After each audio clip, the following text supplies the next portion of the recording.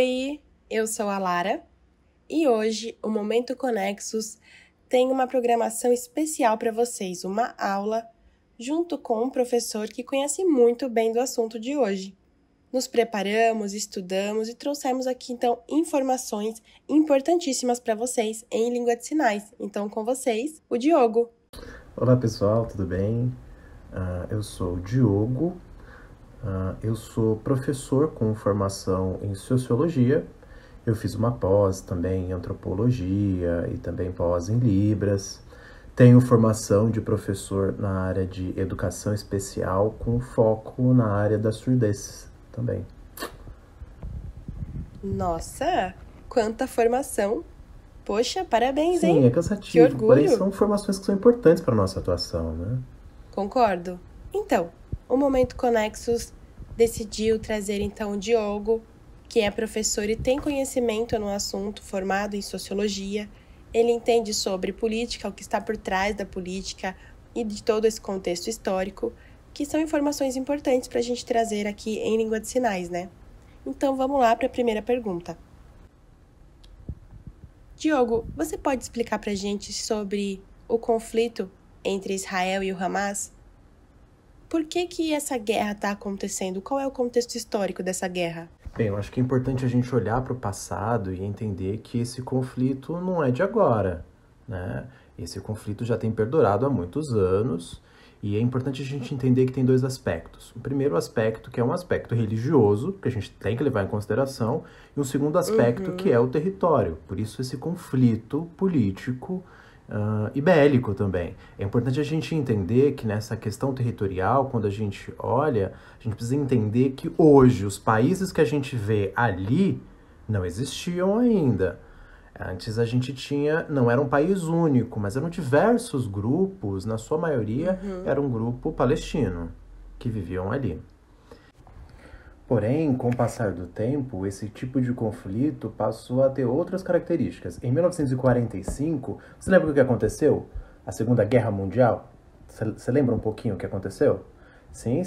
A maioria de nós lembramos que quem venceu a Segunda Guerra Mundial, sabe quem foi?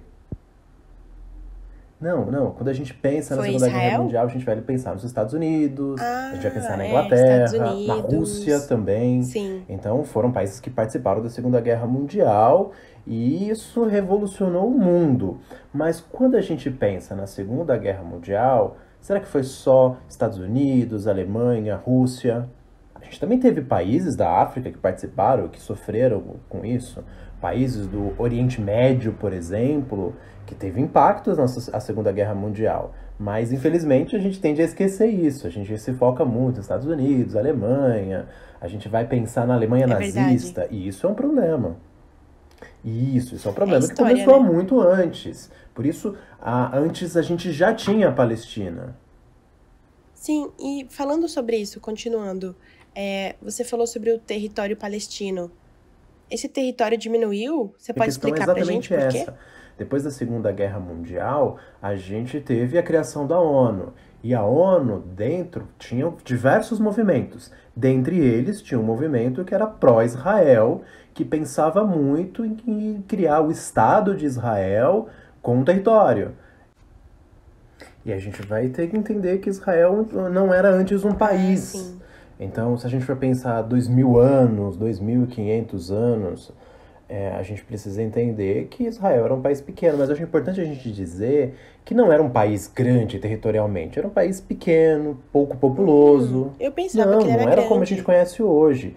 Ali, toda aquela região era uma região árabe. E a gente tinha Israel ali num pequeno território. Uma porcentagem muito menor.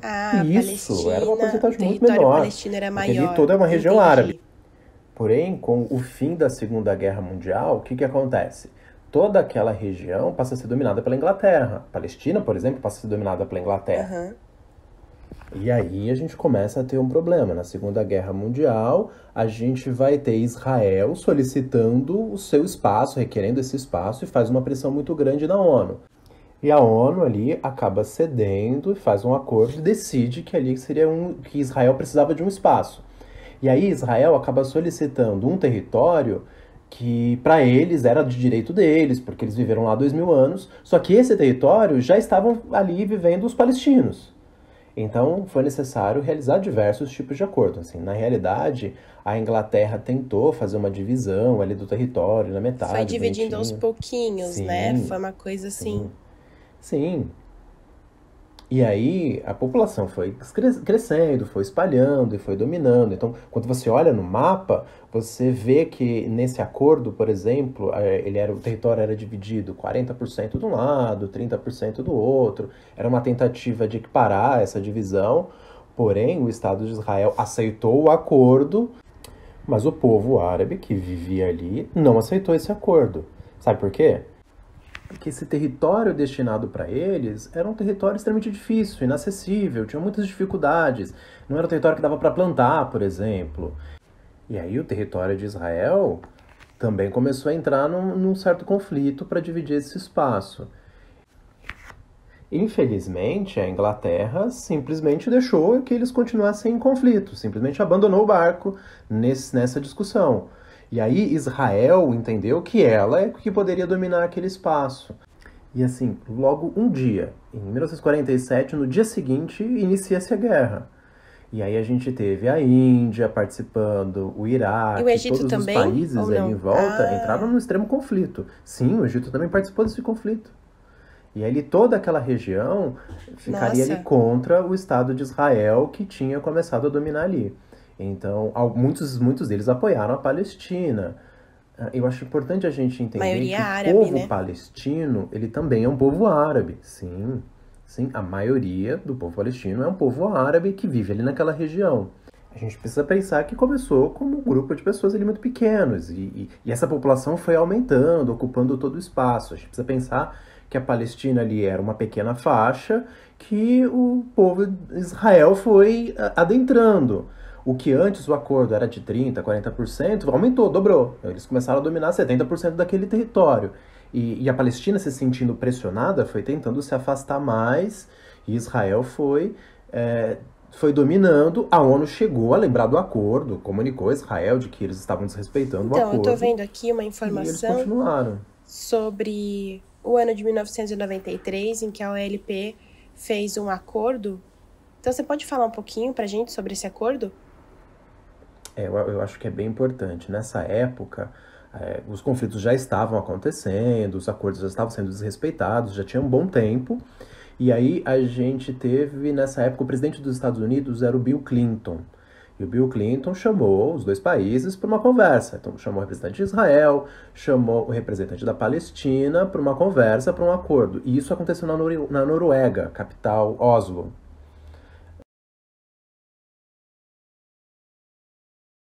Em Oslo foi realizada essa reunião, onde a gente teve os dois representantes para discutir isso. Era o primeiro-ministro de Israel, que foi para representar, e depois a gente teve o Yasser Arafat, que representou a Palestina, e ele era da OLP. Então, os dois chegaram a um acordo de paz daquele território, fazer uma divisão e organizaram muito bem. Você sabia que esses dois eles ganharam o prêmio Nobel da Paz? Eles dois ganharam o Prêmio Olha, Nobel não da sabia Paz. disso. Sim, sim. Isso por quê? Porque eles tiveram uma ação muito Uhum. importante para conseguir diminuir os Mas acabou conflitos e ter paz. continuando. Infelizmente, esse representante de Israel, naquela época, acabou morrendo. E foi por causa da morte dele que o conflito continuou ou não? Não, Não não teve nada a ver. necessariamente. Sim, ele teve um substituto. Não, isso não tem nada a ver. Ele teve um substituto que não tinha a mesma força nesse processo. Ele não conseguiu lidar da mesma forma. Então a gente tinha o Não acordo, todas seguiu, as né, o regras, mesmo mas eles modelo. acabaram não seguindo, né? O que acabou acontecendo é que a Palestina foi dando E passos para aí foi então que trás, a foi Palestina perdendo acabou perdendo território, esse isso. território, entendi. E aí nenhum acordo foi E agora respeitado, você esse é o pode problema. explicar pra gente sobre a faixa de Gaza, né? Sobre esse território da faixa de Gaza?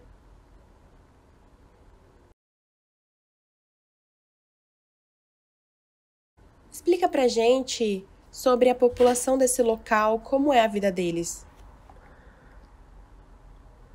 É importante a gente entender que a faixa de Gaza é um espaço muito pequeno. Se a gente for pensar em todo o território ali, comparado com o Brasil, vamos pensar num estado, por exemplo, o estado de Minas Gerais. É o tamanho de todo aquele território. Lá é menor que o estado de Minas Gerais, todo esse espaço. Então, se a gente for comparar. Mas é importante a gente entender que na faixa de Gaza, sabe quantas pessoas vivem lá? Quase 2 milhões de pessoas. Poucas? Sim, porque dali tem uma cidade. Mas quando a gente olha, é pequeno. A gente pensa que tem poucas Sim, pessoas. mas é uma cidade super populosa. 2 milhões de pessoas vivendo então. ali, todo mundo apertadinho naquele espaço. Por isso é um risco, tá? Por Tem isso sempre um que a risco de maioria crise. acaba fugindo de lá, né? Por isso que a gente vai ter muitos refugiados, porque eles estão saindo da guerra, né? Lembra que começou aquele conflito da guerra muito tempo antes, que a gente teve o Egito, o Iraque, Sim, eu todo lembro. mundo? E isso fez com que o povo dispersasse muito mais. E aí a Palestina ficou um espaço muito pequeno, vivendo 2 milhões de pessoas naquele pedacinho de território. Então, assim, ali era impossível plantar, impossível ter energia, ter água potável. Então, o povo ali começa a sofrer e passa muita E o dificuldade. árabe acaba controlando esse espaço, esse local, é isso? E aí ele era controlado. É importante a gente entender que lá tinha eleições, por exemplo. O quê? Sim, eleições. Lembra que eu falei que a gente tinha a OLP, que era um grupo político que defendia? Então, eles eram a favor da paz. Mas esse grupo começou a perder um pouco de força, começou a enfraquecer. E aí a gente lembra do Yasser Arafat? Sim. Ele já estava velhinho e ele que lutava bastante por ali e acabou morrendo. Os seus substitutos não tiveram a mesma força. E aí o Hamas começa a aumentar num grande número. E eles eram contra Israel, porque eles não queriam que Israel tivesse ali o seu Estado formado ali. Eles não aceitavam isso. Isso significa que o povo palestino concordava com o Hamas? Não. Alguns do povo palestino eram contra o Hamas. Entendi. E agora fiquei refletindo também, pensando no público que está aí recebendo a informação.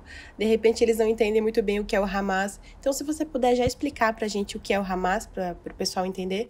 Certo, eu acho que é importante a gente entender e separar, diferenciar muito bem. Uma coisa é o povo palestino. O povo palestino que são as pessoas que estão vivendo suas vidas. Você tem as pessoas que trabalham, você vai ter crianças, pais, avós, todas as famílias que não estão participando da guerra, não tem nenhuma intenção política, estão vivendo a vida. E aí você vai ter também o Hamas, que sim, é um grupo político que por trás tem outras intenções e seus objetivos. Mas ele é um grupo pequeno, que não necessariamente todo mundo concorda com isso, né?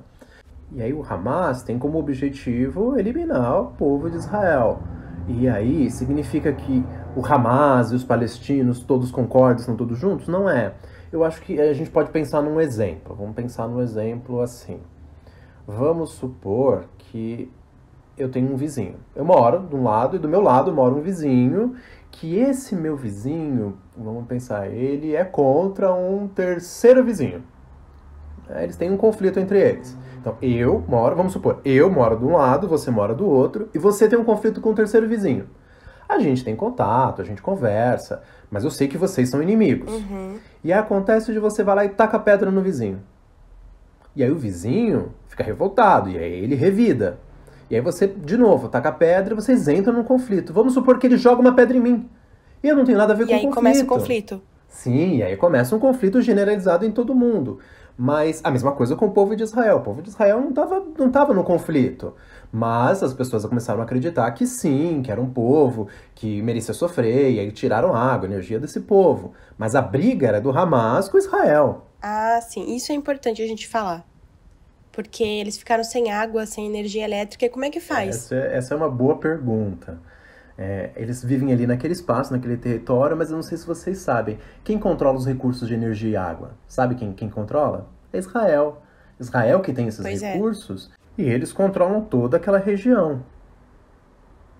E esse controle que você falou, né, da faixa de Gaza, faz divisa com Cairo? Sim, é um cerco. A gente pensa que esse cerco é uma construção de pedra. Não. É exatamente arame farpado ali em volta, tem uma grade toda protegendo aí as regiões. Ali onde as pessoas conhecem como a Cisjordânia, já tem uma construção de um muro. E é engraçado, parece uma grande prisão. Tá todo mundo preso ali. E aí a Palestina fica dependendo das benfeitorias de Israel para receber água, para receber comida, para receber tudo. E aí Israel é quem acaba fornecendo isso. Vou dar um exemplo. Por exemplo, aqui no Brasil, você toma banho quantas vezes por dia? O Que horário horário que você toma banho? que eu Você tomo toma banho de que banho de forma? manhã e à noite.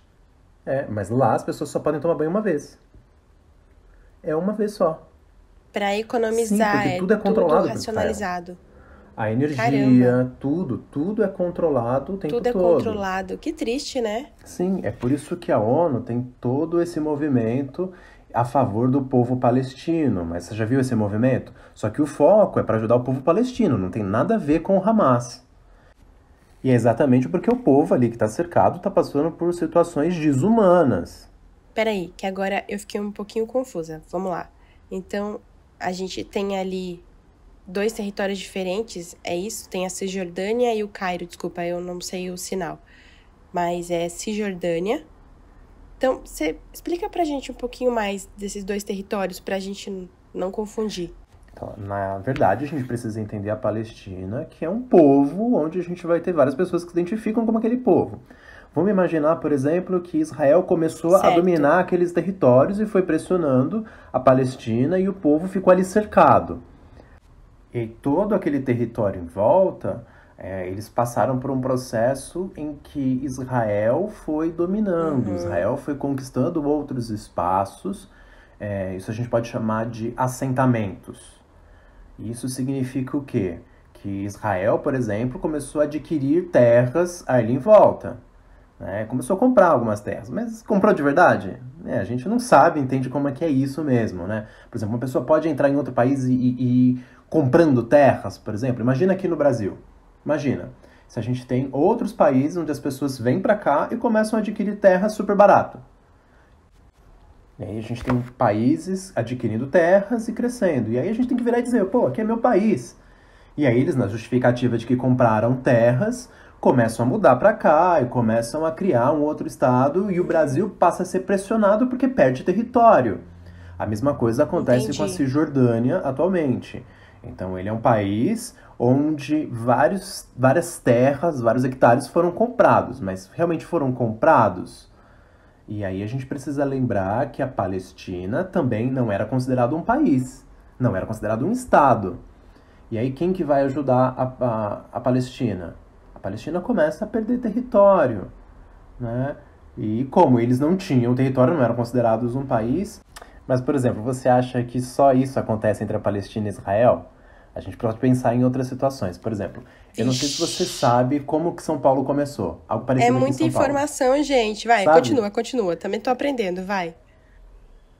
Sim, sim, a história de São Paulo é importante. Quando a gente olha para São Paulo, por exemplo, a gente tinha uma migração europeia que vieram para cá, certo? Mas aí a gente tinha o centro de São Paulo que não queria que as pessoas negras escravizadas ficassem no centro. O que eles fizeram? Eles simplesmente foram empurrando as pessoas negras para outros espaços. Então, o centro de São Paulo, você teve as pessoas negras mudando e Ah, chegando até a periferia. Sim, bom o saber. centro de São Paulo, ele é elitizado pelas pessoas brancas. O Rio também Faz muito aconteceu um processo sentido. muito parecido. A capital do Rio de Janeiro, aquela parte da praia, isso, e as pessoas negras vão sendo empurradas para as favelas, empurradas para o morro. O centro em si passa a ser dominado pelas pessoas brancas. E as pessoas negras precisam subir o morro porque são empurradas para lá. Imagina, a mesma coisa aconteceu com a Palestina. Então Foram a gente precisa empurrados, né? pensar que eles moravam numa região e eles foram exatamente Entendi. empurrados para uma outra região. Então eles foram Nossa, afastados ali. interessante, hein, gente?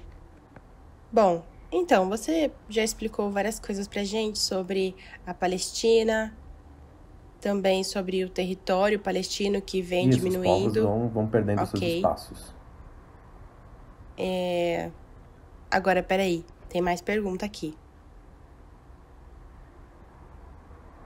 Teve um momento, né, que teve uma eleição importantíssima na ONU.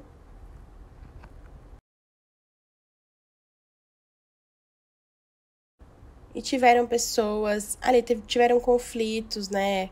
Como assim o Brasil participou? Então, assim, na verdade, o Brasil teve uma proposta que que foi levada por um representante lá para a ONU, uma proposta de paz. Você pode explicar para a gente de forma clara o que foi essa proposta de paz na ONU? A gente precisa entender para que serve a ONU, qual que é a responsabilidade da ONU. Ela tem a responsabilidade de manter a paz no mundo, certo? Então ela vai apoiando todos os países do mundo que necessitam. E lá na ONU, ela é composta por diversos países e eu acredito que acho que uma vez por ano a cadeira do presidente muda. Então a gente tem diversos representantes da ONU. Esse ano o Brasil passou a ser o representante da ONU. Sim, o Brasil passou a ser o principal representante da ONU. Por isso que a gente vê muito o presidente brasileiro com muita notoriedade, né? A gente pode até achar estranho ser o presidente brasileiro. E o motivo disso é que o Brasil, nesse momento, é o representante. E o Brasil, como representante, ele é responsável por fazer as propostas, entregar as propostas, quais são as metas que devem ser cumpridas, né? E aí os países podem votar no acordo de paz. Eu acho que são 15 votos. E isso é muita coisa. E por isso o Brasil ganha essa notoriedade no mundo, porque o Brasil conseguiu os votos necessários, né? É muito difícil conseguir isso. Imagina, por exemplo, o Brasil, que não é um país que tem todo esse poder ao redor do mundo. E aí, dos 15 votos, a gente teve 12 votos a favor, que votou apoiando essa proposta. Né? E aí 2 países que se abstiveram, né, resolveram não opinar, e aí teve um país que não aceitou. E qual foi esse país que não aceitou? Os Estados Unidos, né? Porque faltou um item, né, na proposta? Sim, faltou. O que faltou? Faltou porque eles tinham que pôr nessa proposta dizendo que Israel tinha o direito de se defender. E isso para eles significa o quê? Então, se um país ou um grupo, alguma coisa, é provocado, eu tenho o direito de me defender. Mas a gente precisa pensar que o Brasil olha para isso de uma forma diferente, porque a gente não pensa que a defesa é ser contra um país ou determinado grupo. A gente acredita que todos os países têm sua soberania, mas um país ser contra um grupo ou exterminar um outro país, a gente acha que isso não tem nada a ver com direito. Porém, os Estados Unidos pensam de uma outra forma, então eles colocaram essa proposta. E os Estados Unidos não aceitou essa proposta e realmente chocou o mundo esse posicionamento, e agora de novo vai ter uma outra votação, ou como é que vai ser? Vai ter que fazer uma nova proposta. Então o Brasil está fazendo novos acordos, novas reuniões, para ter uma proposta nova em que os Estados Unidos possa aprovar. Então precisa aparecer essa questão da defesa de Israel como um direito, isso vai aparecer. Então ainda não aconteceu a eleição, vai acontecer em breve. Sim, continua nesse processo. E eu vi também há pouco tempo que em Londres, na Inglaterra, teve uma manifestação antissemita, né, contra o povo judeu.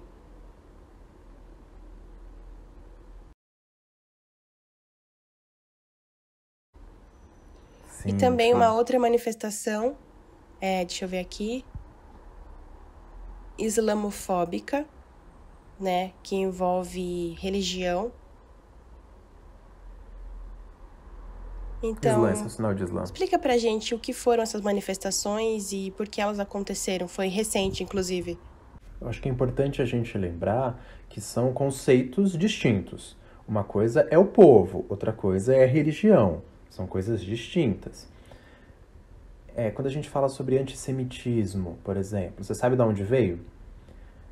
Lembra que eu comentei que em 1947 a gente teve a Segunda Guerra Mundial, mas um pouquinho antes existia um movimento chamado sionismo. Certo? O sionismo era um movimento a favor do quê? Da criação do país de Israel, do Estado de Israel.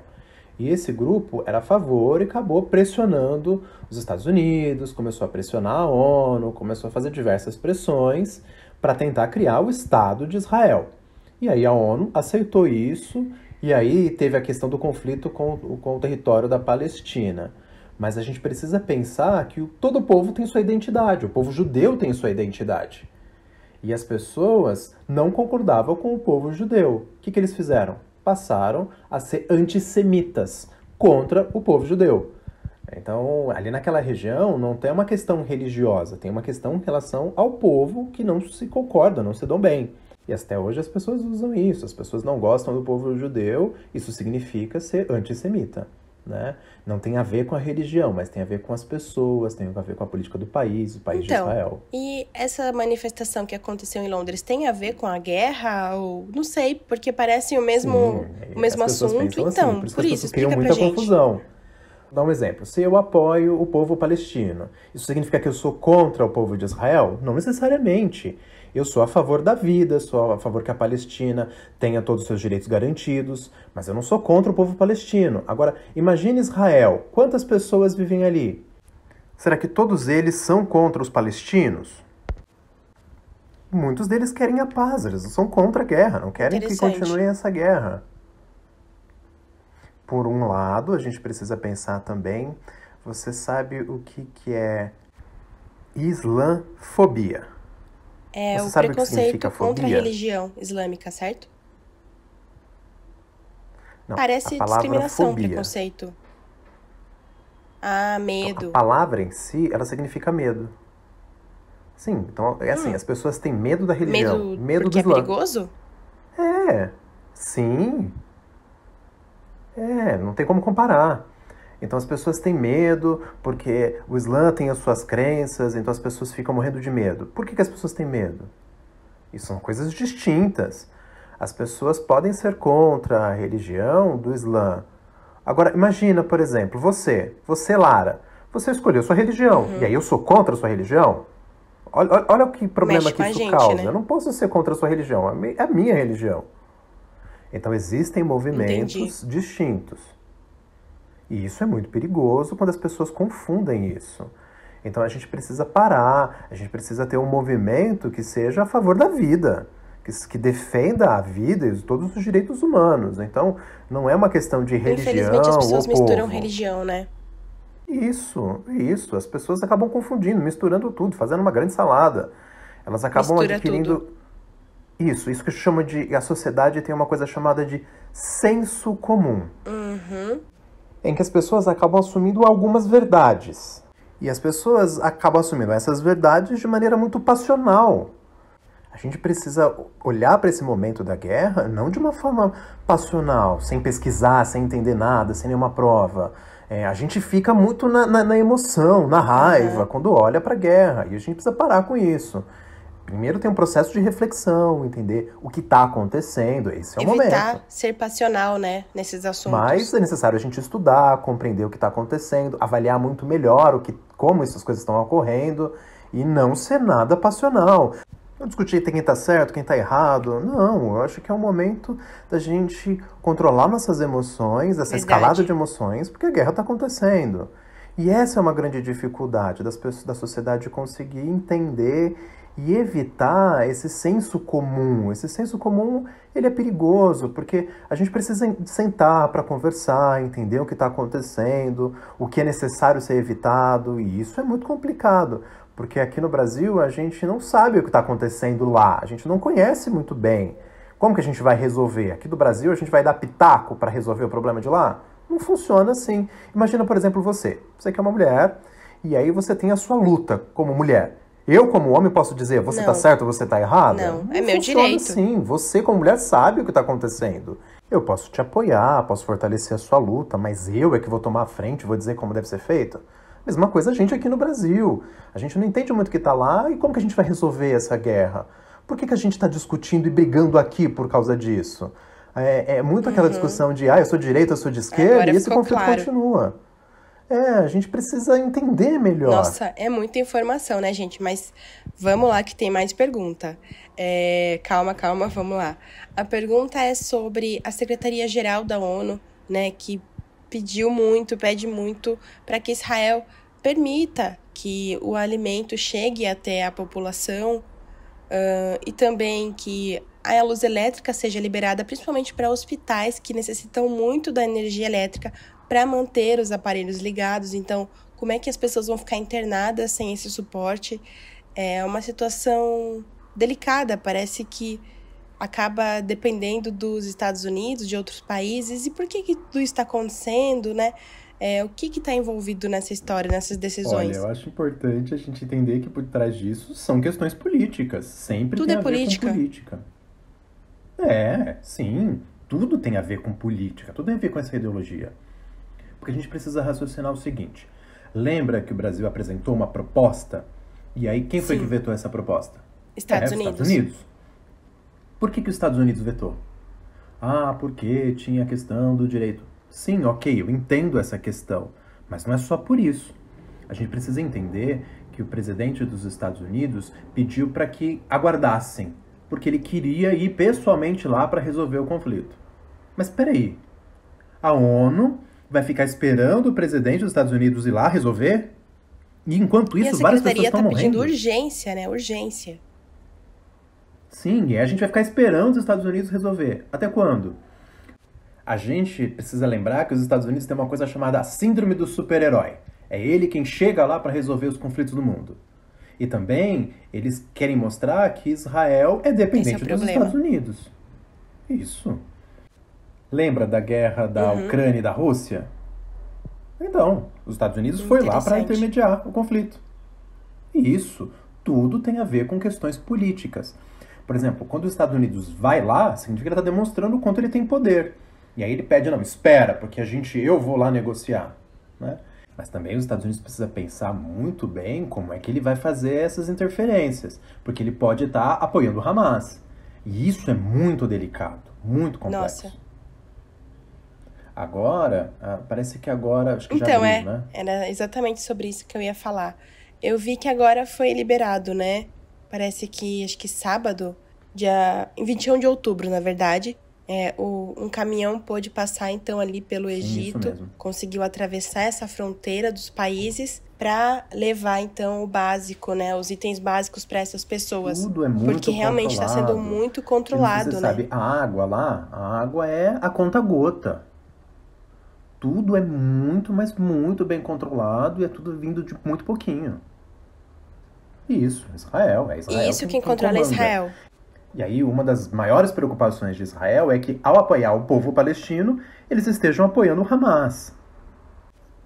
Mas não tem a ver com isso, tem a ver com a população, tem a ver com o povo. Pois é, se trata do povo, dos internados, dos feridos pela guerra, dos mortos. Mas a preocupação é que o Hamas pode estar escondido entre a população. Sim, pode estar. E olha o quanto que isso é conflituoso. E é importante a gente não esquecer que o Egito já tentou invadir Israel. Sim, já tentaram invadir Israel. Sim, tudo tem a ver com política. Sempre tem a ver com política. Sempre é essa discussão. E é importante a gente não se esquecer que no território ali, quando a gente olha para a geografia de Israel, quem que está em volta? São os povos árabes. Em volta de Israel são todos os povos árabes. E já teve uma guerra. Em 1967, a gente teve uma guerra que durou 6 dias. Foram 6 dias de guerra. Eu vi. Todo mundo pensou que ia invadir Israel e, na verdade, o que aconteceu? Israel teve um poder militar muito grande, teve um grande investimento dos Estados Unidos e em 6 dias acabaram com a guerra. E aí todos os países tiveram que recuar. Sim, então entende que tudo tem a ver com política. O Egito agora está nessa questão, se ele abre ou não o corredor e começa uma nova guerra. É muito delicado, né? Tem que dar passos curtos. Uma coisa que é bem importante, que muita gente não sabe, é que o Brasil foi o primeiro país a mandar um avião e repatriar os brasileiros. Sim.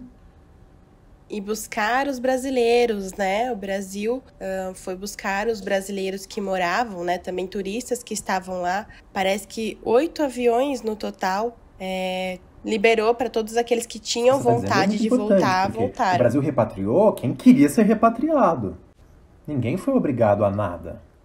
Eu vi algumas pessoas falando que queriam ficar. E isso, não é problema algum. Cada um escolhe. Ficar em Israel, tudo bem. Cada um tem a sua decisão sobre a sua vida. Se sentiu seguro e quiser ficar, tá tudo certo.